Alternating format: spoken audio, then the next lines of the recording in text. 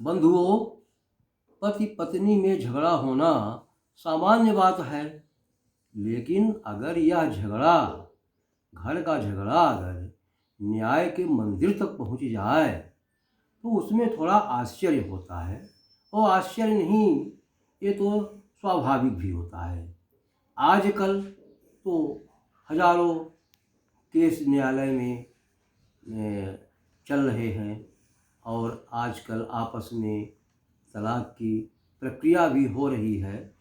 लेकिन पुराने ज़माने के संदर्भ में जब राजशाही थी तो बड़े अगर केस होते थे तो राजा के दरबार में पहुंचा करते थे। वही एक केस के संबंध में एक कहानी आप लोगों के संबंध में एक बोध कथा प्रस्तुत कर रहा हूँ, सुनिएगा।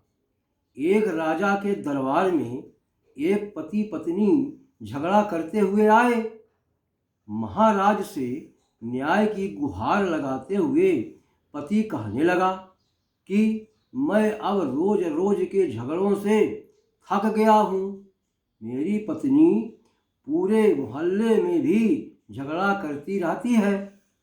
मैं ऐसी झगड़ालू पत्नी के साथ अब नहीं रह सकता। मेरा न्याय कीजिए और इस औरत से छुटकारा दिलवाइए। दरबार में उपस्थित राजा के गुरुदेव ने कहा, मोहल्ले के लोग दरबार में क्यों उपस्थित हुए हैं? तो उस आदमी ने कहा कि ये सब मेरे पक्ष में है। यह भी इसके रोज रोज के झगड़ों से परेशान हो गए हैं। गुरुजी ने उन सब इकट्ठा हुए उसके पड़ोस के लोगों से पूछा कि आप में से एक एक करके बताइए कि आपसे इस महिला ने झगड़ा क्यों किया। एक ने कहा, उनके और हमारे बच्चों का आपस में झगड़ा हो गया था, इसलिए इसने घर आकर हंगामा खड़ा कर दिया। दूसरे ने कहा, इस महिला के पति की साइकिल गलती से मेरे बैलों की टक्कर से गिर गई थी तो उसने मेरे बैलों को पीटा। इसी तरह कई लोगों ने झगड़े के कारण गिना दिए। सबके आरोप सुनकर महिला का पति बोला, अरे इन सब में तो तुम्हारी भी तो गलती थी ना।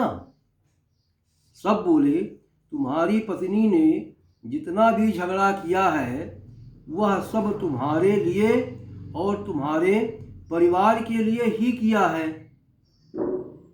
आदमी ने कहा, मैंने अपनी पत्नी को गलत समझा।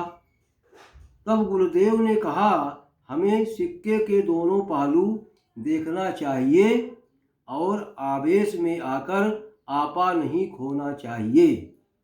दूसरों की बातों में आकर अपने घर के व्यक्तियों को गलत नहीं समझना चाहिए।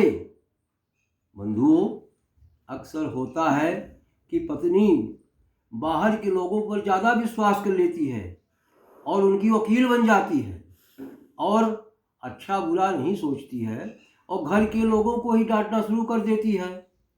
लेकिन समझदारी से काम लेना चाहिए और पहले बात को समझना चाहिए, सुनना चाहिए और सोचना चाहिए। यही घरेलू यानी घर में मिठास का कारण बनता है। जय हिंद, जय भारत।